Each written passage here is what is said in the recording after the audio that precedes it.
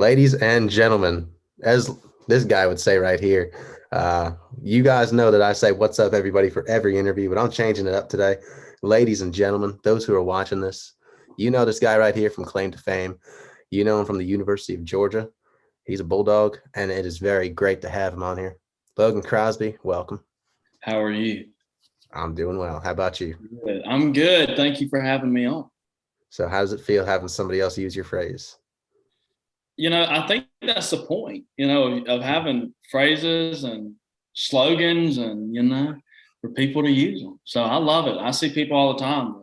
Tell your mom I love her. And I'm like, yeah, okay. So this dude is catching. It's catching. It is. And well, you're catching on to country music pretty quickly. You just graduated from Georgia this August, and you've already got two songs out there for everybody to listen to. If Jesus Was a Cowboy, and If You Ask Me. The first one was If Jesus Was a Cowboy.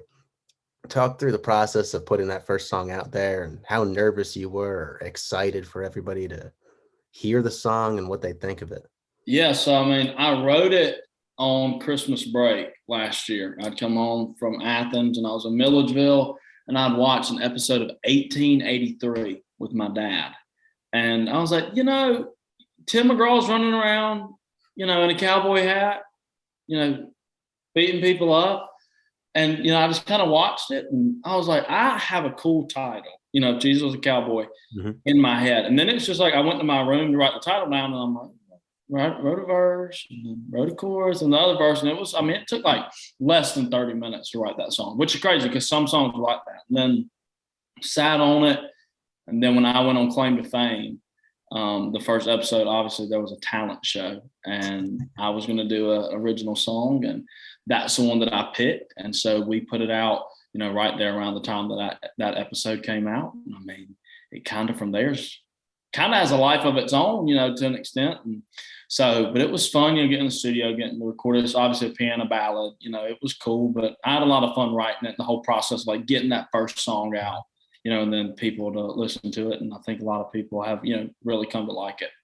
Well, I know everybody wants to hear you talk about Claim to Fame, but we'll get there in a minute. I wanted to ask you about your newest song out, If You Ask Me. That's a love song, and I know you've teased the idea of people playing it at their weddings. And what does that song mean to you? I know it's got an important meaning. Yeah, so it's one of those songs where when I sat down with Nate Kenyon to write it, it was the end of the week. I've been in Nashville all week, and it was like a Friday afternoon, right? And he's like, look, I have an idea.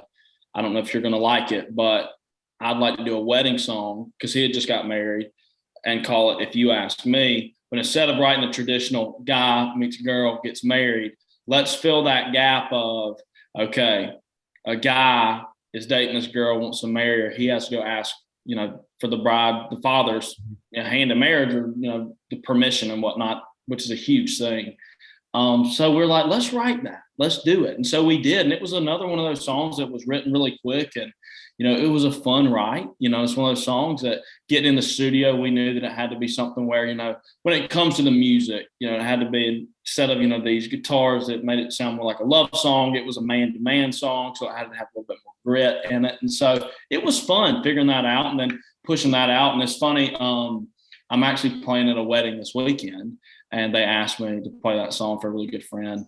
They're like, play your new song. And I'm like, okay, so I think it's gonna be the father-daughter dance. And I'm like, well, that's a lot of pressure, but that's what we wrote it for. That's what we put it out for people to, take it and use it like that when it comes to, because that's such an important time in people's lives, getting married. And especially as a guy, one day I hope to ask somebody's dad that question. And so, let's just go ahead and write the song, get it out. Yeah, it must be special for you to have the opportunity to play it like literally live at a wedding. That's yeah. Oh yeah.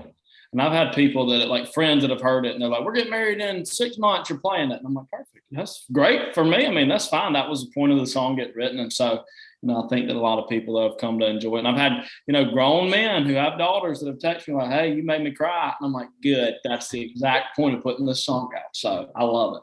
Hey, getting to go play at weddings is a great way to put your name out there. And you found another great way to put your name out there, and that was on an ABC show called Claim to Fame that happened not too long ago over the summer. What was that experience like for you? It was a lot of fun. I was at school, got the phone call, didn't know if I wanted to do it, and then decided I was going to do it. And so left school for a little bit. I mean, I was still enrolled, but I wasn't there for a month, and then went out and filmed it. And it's one of those shows where you don't know how it's going to do because it's a brand new show. Is it going to fail? Is it going to do great? And I mean, it's ended up doing really well. I mean, season 2 on the way was a huge hit on Hulu, great ratings, has kind of taken a life of its own, that show has. And there's other countries now that are doing their own versions of it. So it's super cool to be a part of that original cast and that original, group of people that were there and kind of saw it all, happen. And it was a lot of fun, but it was a cool way to kind of get, into the entertainment business, definitely an unorthodox way too, but we did it anyways. Well, I mean, you were the runner-up on the show, so you had to keep that secret for a while. How tough was it for you to just not like blurt out, "My cousin's Jason Aldean"? It's funny because a lot of the people in the house with me, they didn't know a whole lot about country music, which was great for me. In return, there were times I didn't know a lot about pop culture. If anybody's watched it, they knew, they know that I didn't know Justin Timberlake was in NSYNC at one point in time. I was born in 2000, the back end of 2000. They broke up. I think, they started to disband in like 2002, 2003. So all I ever knew was just Justin Timberlake. I didn't know he was in NSYNC, but that's beside the point. The point is they didn't know anything about country music. But it was funny because like I'd be walking around the house and I would be like humming, some of Jason's songs. And I'm like, "Hey, dude, you got to cut that out because somebody's going to ask you what you're singing." And you're like, "Oh, it's a Jason Aldean song," and then you're done. But it was a lot of fun, and it was cool to be able to keep that secret, as long as I did. And then, after filming, keep that secret from, so many people because we couldn't talk about it, until it aired. And then even at points we couldn't. So it was a lot of, keeping, my mouth zipped, which for me, who talks all the time, sometimes a difficult feat. Well, I mean, you have gone viral on TikTok as well. And how fun was it for you just watching all those comments on each video? Like, "Oh, he's so-and-so," or whatever it was, or "He's so-and-so on TikTok." Yeah, it was funny because I couldn't interact while the show was going on. And so people would like send me messages. They would, tag me and stuff, or they would comment on, TikToks. And it's like, "Oh, you're that guy from Claim to Fame." And I'm like, "What's Claim to Fame? I'm not know what you're talking about." And it was just one of those things that I would do like a TikTok live and everything's like, "Do you win? Who wins? Who's she related to? What are they doing?" And I'm like, "I don't even know what you're talking about." I couldn't interact with it, which was also funny because it was like everybody knew that it was me from the show and I couldn't talk about it. And I just thought it was hilarious. Oh, I remember just scrolling through TikTok and stuff, just watching different people post music and things, and you would pop up on my screen, and I'd be going through these comments when Claim to Fame was on, and people were like, "Oh, there's," even on Google too, there were like spoiler alerts too. I'd look up Claim to Fame, and it's like, this is who so-and-so is related to based on our conspiracy theories.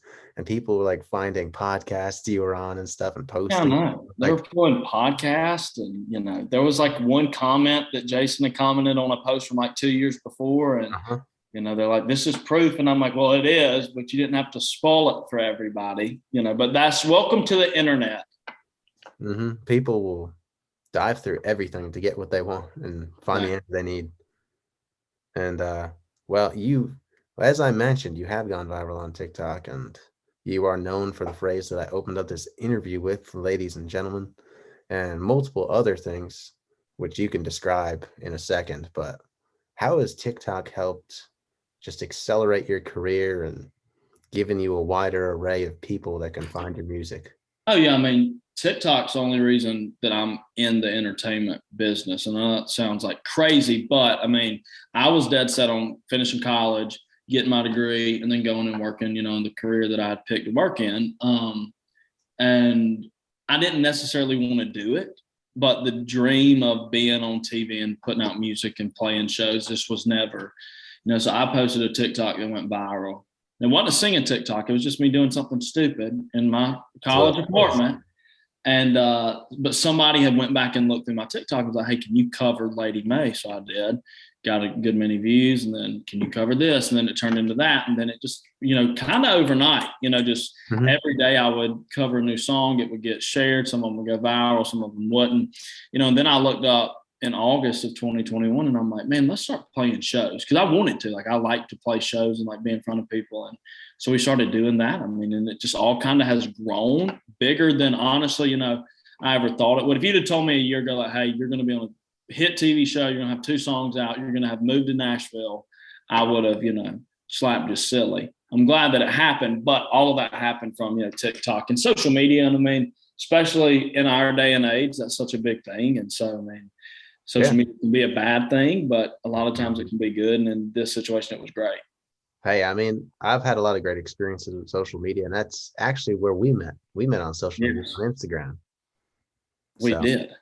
Yeah. I had no idea that you went to UGA, and you're just like, hey, I go to UGA. I'm like, there's no way. I know. I don't even know how it happened. I think you like posted some video of another UGA alum, Megan Maroney, like covering her song or something. And I was like, who is this dude? And said UGA. And it's like, follow back. It's like, no way. Yeah. And then it's like, I posted something, you came out to a show, and then that's just, it's been it. Here we are. Now we're here. And you have this, well, you have multiple phrases, but another one is your motto of country music, and it's suits and boots. Describe that. Suits and boots. So, it's quite simple. It's suits and cowboy boots. I got it. I thought I wanted to go to law school. Don't know why, but I did. Majored in political science, minored in communications at Georgia. I'm going to go be an attorney. Took the practice LSAT and decided very quickly that I was not going to do that. But I'd had internships and jobs and, just doing stuff when it comes to law and whatnot. And so I had a bunch of suits, and I enjoyed wearing suits. And it was something where I was comfortable in a suit. I wore suits every day for, 2.5 years. Mm-hmm. And when you look in your closet and you're like, what am I going to wear to my show tonight?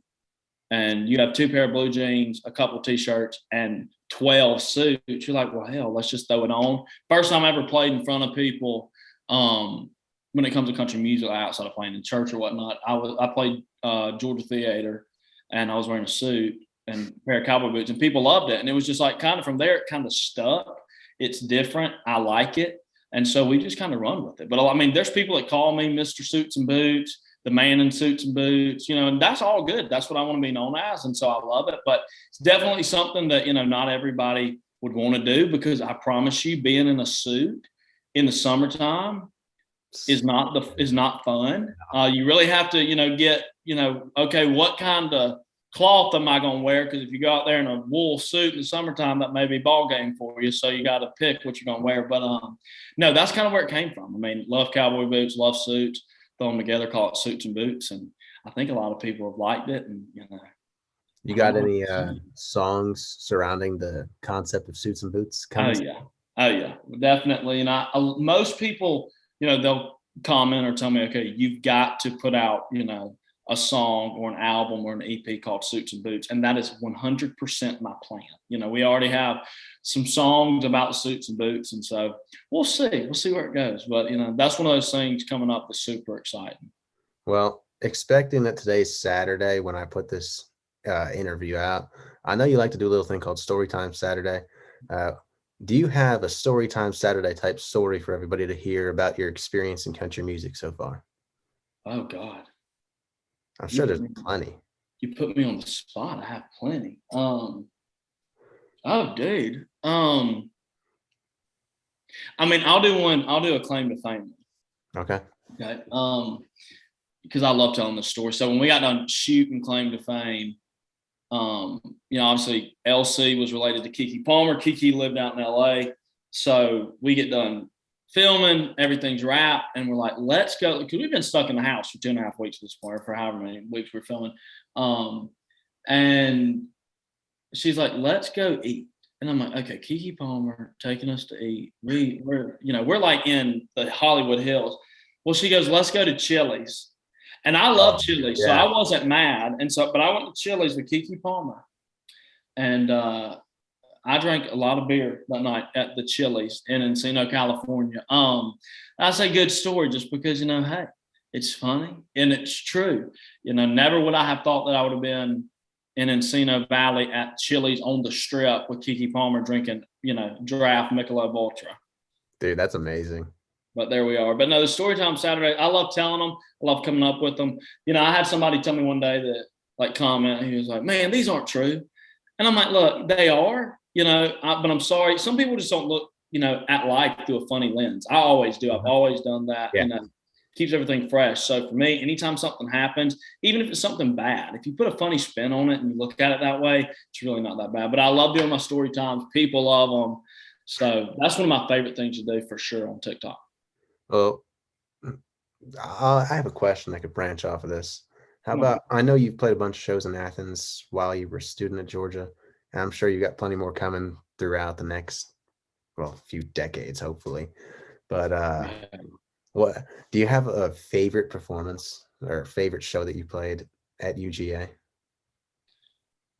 Georgia Theater, definitely. I mean, like just the whole atmosphere, you know, and it wasn't even a, you know, concert. It wasn't a country music show. It was a sorority event. They asked me to come up there and play some songs. And like I walked up and you could tell everybody was like, because that was right when the TikTok stuff was starting to take off and the music stuff. And you could tell people were like, "Oh, we know him, but where do we know him from?" And I get in the mic and I go, "Ladies and gentlemen," and the whole place just went absolutely wild. It was almost like, you know, "My name's Johnny Cash." You know, that's literally how it felt. It was just, I said that into the mic, the place went crazy, played some songs, I had a great time. But I mean, just the atmosphere of Georgia Theater, I mean, I love it. Absolutely. And I want to go back as soon as possible. I mean, everything you're telling right now, between the suits and the boots, the ladies and gentlemen to the microphone, everything kind of brings a Johnny Cash and an old school vibe to it. And I like that. I like yeah. I mean, and that was kind of the thing is, I mean, growing up, listening to Johnny Cash all the time, listen to Elvis, you know, and I think there may be people out there that go, "He's trying to be exactly like Elvis or Johnny Cash." And that's not necessarily what we're doing. It's something different, but you can definitely draw inspiration from people like that. You know, you can't, that's what I'm doing. And they're, I mean, absolutely iconic figures in music, you know, and I listened to them growing up. I mean, I also listened, I mean, Otis Redding grew up, you know, 15 minutes away from where I did. You know, Little Richard grew up in Macon, and you know the Allman Brothers, and so a lot of people I listened to coming up like had that vibe of like suits and, you know, tuxes and whatnot, and so it was fun. It's fun kind of being able to put my own spin on it, because if you watch Claim to Fame, you know that last episode I was in a pink tuxedo. Johnny Cash wouldn't be caught dead in a pink tuxedo, but you know, I wore it and it was fun and it was cool. But I mean, doing our own little modern spin on it, it's been a lot of fun. I don't know if you saw the new Elvis movie, but four times. Yeah, I'm a big Elvis fan myself, and that first clip that they show him playing live to an audience, he's wearing a pink suit. Yep. And if Austin Butler doesn't get an Oscar for his performance in Elvis, I'm gonna be kind of, you know, upset, because he absolutely killed that role and looked just like him, sounded just like him. And the fact that he cut all those vocals himself was, when I found that out, impressive. That was the coolest thing. Very impressive. That was awesome. I just love that opening performance in that in the movie. I love the treble performance on the stage with all the cops and everything. That was so funny. I mean, the whole thing is just absolutely awesome. What else is awesome is Georgia football right now, and I know you love some Georgia football, and so do I. And it's easy for us to talk about this for hours since you're an alum and I'm a student here. And how excited are you for this Tennessee game coming up? Ooh, I mean, I'm excited because I think it's going to be an electric atmosphere, you know, especially in Athens, and a lot's riding on this. I mean, this is a ticket to the SEC championship, and you know, there's some teams that have been heavy hitters the past couple of years that aren't. I mean, and this is, you know, I personally, you know, I think that whoever wins this game has potential to definitely play in the national championship. You know, and that's all coming down to, you know, a ball game in Athens, Georgia, against two teams that absolutely hate each other. You know, and they're going to go out there and they want it. They want it bad. And so, I mean, we've looked good. I think that, you know, we have potential to go back to the national championship. You know, but we'll have to see. But I'm excited. I'll be there. I'll be in the stadium. It's one of those games. It's like, hey, nobody talk. Get off your phone. Watch the game. And it's definitely, because there's been some games this year, you know, everybody leaves at halftime. I would bet every dollar I got nobody's leaving at halftime in this game. No, I'll be honest. I left with 1 minute 6 seconds left in the second quarter versus Vandy because I wanted to watch the Tennessee Bama game. Oh yeah, I mean, I watched I just moved to Nashville to my apartment. I don't have a TV, and so I was like watching the Georgia game on my phone and the Bama game on my laptop, and then it just got to the point I was tired of holding my phone. I'm like, we're up so big, tossed it, and then it was just, sat there and watched the Tennessee Bama game, which was, one of the games of the year for sure. Definitely. And there's another, it's going to be already played by the time this is out, but UCLA, Oregon in Eugene. I can't tell you the last time UCLA was undefeated this far into the season. Right. Oregon's one of those and sometimes they don't get recognized for it, especially because we're in the South and SEC football is such a way of life. But like Oregon's one of those schools that's a, historic place to play. That's a great atmosphere. They love football up there. So that's going to be a game too. Absolutely to watch, and there's a lot riding on that one too. Hey, I may be biased a little bit, but go Bruins. I've been a UCLA fan since I was a little kid, and UCLA, Georgia, and somehow I grew up a Duke basketball fan, but we won't go there. I didn't watch a whole lot of basketball growing up, so whatever was on TV, I'm like, whatever team wins, good for them. So didn't do a whole lot of basketball. Yeah, that's all right. It's not for everybody. None of my friends down here like basketball either, so I guess it's not too popular. I don't know. South, football and baseball. Football or nothing. Yeah. Absolute way of life. It was a rough ending to the season for the Braves. And yeah, every 100-win team was gone by the end of the division series, and it was kind of frustrating. So what's going on? But they had another good run. Loved the Braves. Grew up watching them, but it's always hard to repeat a championship for anybody. It is. There has not been a repeat champion in baseball since the Yankees in the 90s. 98 to 2000, I think. And so, any team that goes out there and performs as good as they did, coming off of that, I think, deserves high praise. I agree with that. And I'd also agree if you guys go follow Logan on Instagram and the rest of his social media platforms. But before we go, one final question for you, Logan.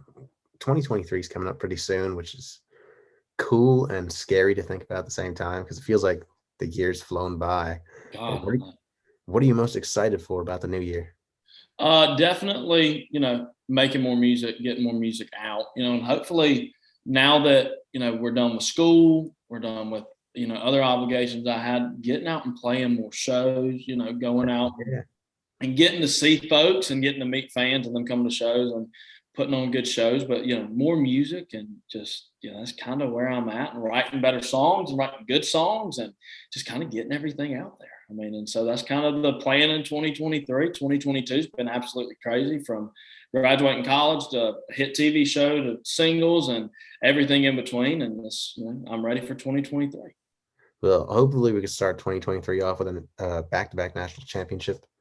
That would be the start to a great year for me if we could do that. That would be my first ever day at Georgia as a student was the national championship. So yeah, you transferred in. That's right. Because I didn't go to class the first day. I didn't go to class the first week. I'm be honest with you. Once we didn't. I had to. I had no idea where to go.